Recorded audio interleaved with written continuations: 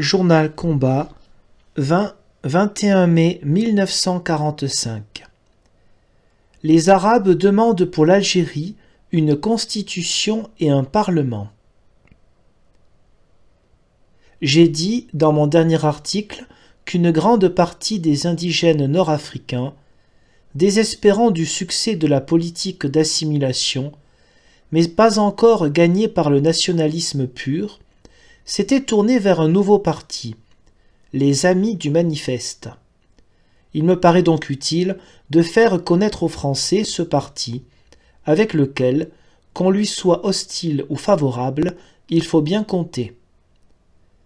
Le président de ce mouvement est Farhat Abbas, originaire de Sétif, diplômé d'université en pharmacie et qui était, avant la guerre, un des partisans les plus résolus de la politique d'assimilation.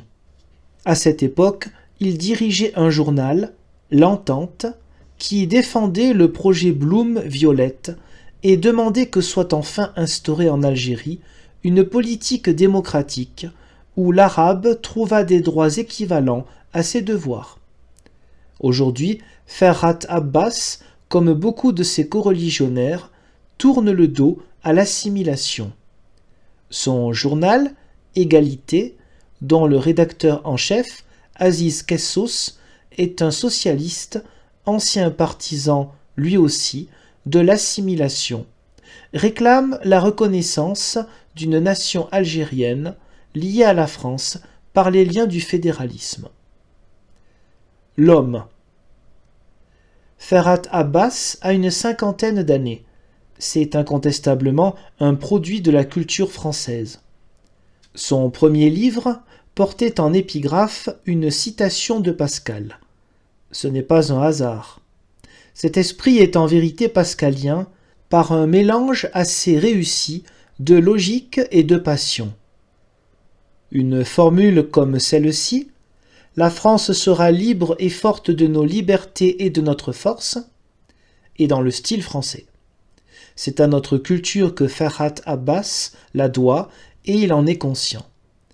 Il n'est pas jusqu'à son humour qui ne porte la même marque quand il imprime en gros caractères dans Égalité cette petite annonce classée « Échangeons 100 seigneurs féodaux de toute race contre 100 000 instituteurs et techniciens français ».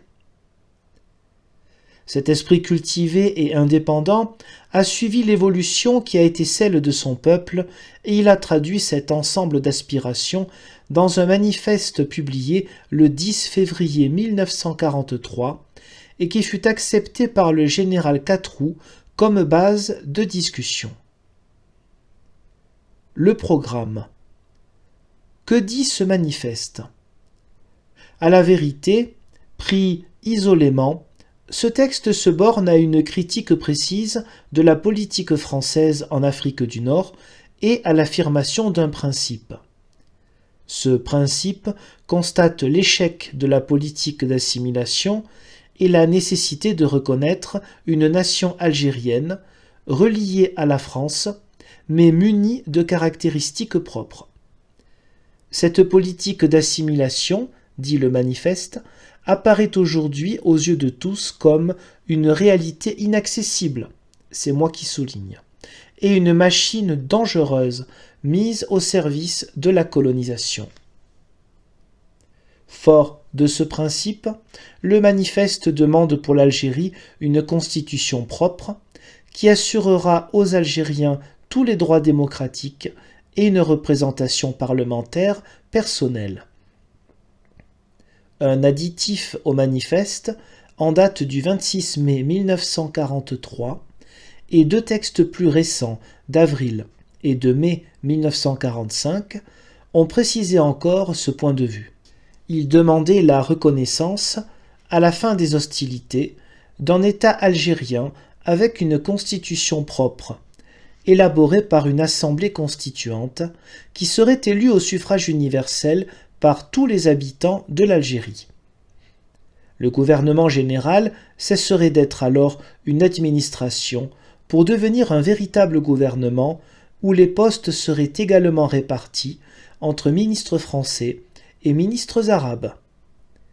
Quant à l'Assemblée, les amis du manifeste étaient conscients de l'hostilité qu'aurait rencontrée en France l'idée d'une représentation exactement proportionnelle, puisque, l'Algérie étant peuplée de 8 Arabes pour 1 Français, l'Assemblée serait véritablement un parlement arabe. En conséquence, ils acceptaient que leur constitution fût composée de 50% d'élus musulmans et de 50% d'élus européens. Les amis du manifeste et leurs revendications. Désireux de ménager les susceptibilités françaises, ils admettaient que les attributions de l'Assemblée ne concerneraient que les questions administratives, sociales, financières et économiques, remettant au pouvoir central de Paris tous les problèmes de sécurité extérieure, d'organisation militaire et de diplomatie.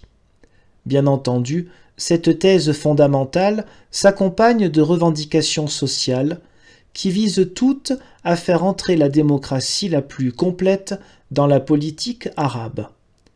Mais je crois avoir dit l'essentiel et ne pas avoir trahi la pensée des amis du manifeste. Le manifeste et les nationalistes algériens.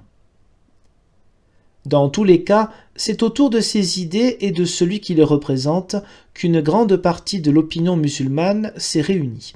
Ferhat Abbas a groupé des hommes et des mouvements très divers, comme la secte des oulémas, intellectuels musulmans, qui prêchent une réforme rationaliste de l'islam et qui étaient jusqu'ici partisans de l'assimilation, ou des militants socialistes par exemple. Il est très évident aussi que des éléments du Parti populaire algérien, parti nationaliste arabe dissous en 1936, mais qui poursuit illégalement sa propagande pour le séparatisme algérien, sont entrés dans les amis du manifeste qu'ils considéraient comme une bonne plateforme d'action. Il se peut que ce soit eux qui aient compromis les amis du manifeste dans les troubles récents. Mais je sais, de source directe, que Ferhat Abbas est un esprit politique trop averti pour avoir conseillé ou souhaité de pareils excès, dont il n'ignorait pas qu'il renforcerait en Algérie la politique de réaction. L'homme qui a écrit « Pas un Africain ne mourra pour Hitler » a donné sur ce sujet des garanties suffisantes. Le lecteur pensera ce qu'il voudra du programme que je viens de présenter, mais quelles que soient les opinions, il faut savoir que ce programme existe et qu'il est entré profondément dans les aspirations politiques arabes.